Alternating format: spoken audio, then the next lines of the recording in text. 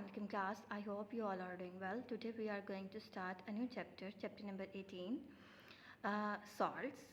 आज बेसिकली जो हमने पढ़ना है टॉपिक वो हमारा फर्स्ट SLO चैप्टर का कवर करता है, ठीक है, जिसमें क्या है कि you will be able to explain that salts are ionic compounds formed due to the electrostatic attractions between oppositely charged ions, positive or negative ions. Okay. Arrangement of ions in salts हमारा आज का first topic है। अब arrangement of ions अगर मैं आपको recall करवाऊँ chapter number 7 grade 9 का acid base chemistry, ठीक है, उसमें आपने न्यूट्रलाइजेशन रिएक्शन की डेफिनेशन पढ़ी हुई है, ठीक है। अब जो न्यूट्रलाइजेशन रिएक्शन था उसमें क्या था कि when an acid reacts with base और alkali it forms salt and water, ठीक है। जैसे यहाँ पर हमारे पास NaOH है, वो रिएक्ट कर रहा है HCl के साथ, ठीक है।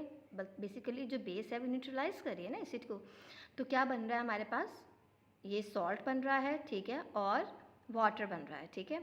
अब इस रिएक्शन को हम क्या कहते हैं, न्यूट्रलाइजेशन रिएक्शन। ओके, नेक्स्ट हमारे पास अब जब ये रिएक्शन हुआ तो हमारे पास क्या आ रहा है, हमारे पास है Na जिसके ऊपर क्या चार्ज होता है, पॉजिटिव, Cl जिसके ऊपर क्या चार्ज होता है, negative.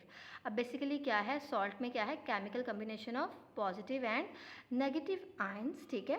These oppositely charge ions are bonded by electrostatic force of attractions, मतलब हर एक आयंस ले लें, ठीक है, मॉलिक्यूल्स ले लें, कोई भी चीज़ ले लें, अगर वो एक आपस में जुड़ी हुई है, ठीक है, या इकट्ठी है, तो उसके पीछे क्या होती है, कोई बॉन्ड होता है, ठीक है। और वो जो बॉन्ड है हमारे पास उसको हम कौन सी फोर्स कह रहे हैं, इलेक्ट्रोस्टैटिक फोर्स ऑफ अट्रैक्शन।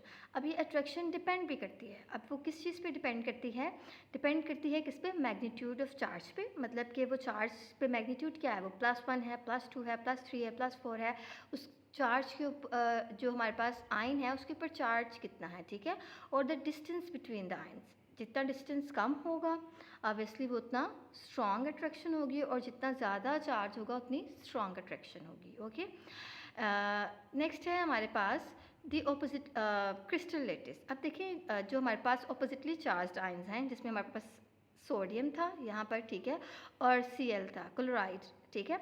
अब जो सोडियम और क्लोराइड आयन हैं, ठीक है, ये बेसिकली ये कोई तरीका नहीं है कि आपकी क्लास में ना प्रॉपर अरेंजमेंट में चेयर्स लगी होती हैं, टेबल्स लगे होते हैं, ठीक है। इसी तरह जो ये है हमारे पास आयनिक कंपाउंड्स हैं, ये जो एक सॉल्ट है हमारे पास, इसमें जो ऑपोजिटली चार्ज आयंस हैं वो क्या करते हैं, arrange themselves in a regular and repeating pattern, और इस रेगुलर और रिपीटिंग पैटर्न की वजह से एक 3 डायमेंशनल नेटवर्क स्ट्रक्चर बनता है जिसका नाम क्या है, क्रिस्टल लेटिस। ओके, तो आपको अभी तक आपने पढ़ ली कुछ डेफिनेशंस, जिसमें सबसे पहले था आपके पास डिफाइन न्यूट्रलाइजेशन रिएक्शन, ठीक है, और फिर था आपके पास डिफाइन सॉल्ट, ठीक है। फिर नेक्स्ट क्वेश्चन है कि which type of attractions are present between the salt ions, ठीक है। फिर आपके पास नेक्स्ट क्वेश्चन आ सकता है कि on which factors electrostatic force of attraction depends, ठीक है। तो वो आपके ये क्वेश्चंस भी आगे साथ में।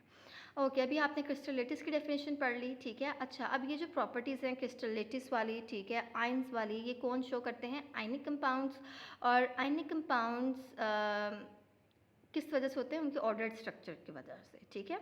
Under ordinary conditions of temperature and pressure ionic compound exist as crystalline solids. Okay, अभी हमने यहाँ पर जो एग्जांपल ली है वो है crystalline structure of sodium chloride.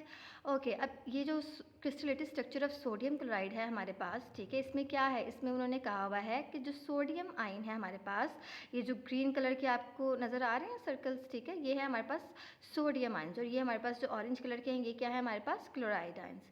उन्होंने ये हमने 9th क्लास में पढ़ा था कि each sodium ion is surrounded by 6 chloride ions and each chloride ion is surrounded by 6 sodium ions, ठीक है।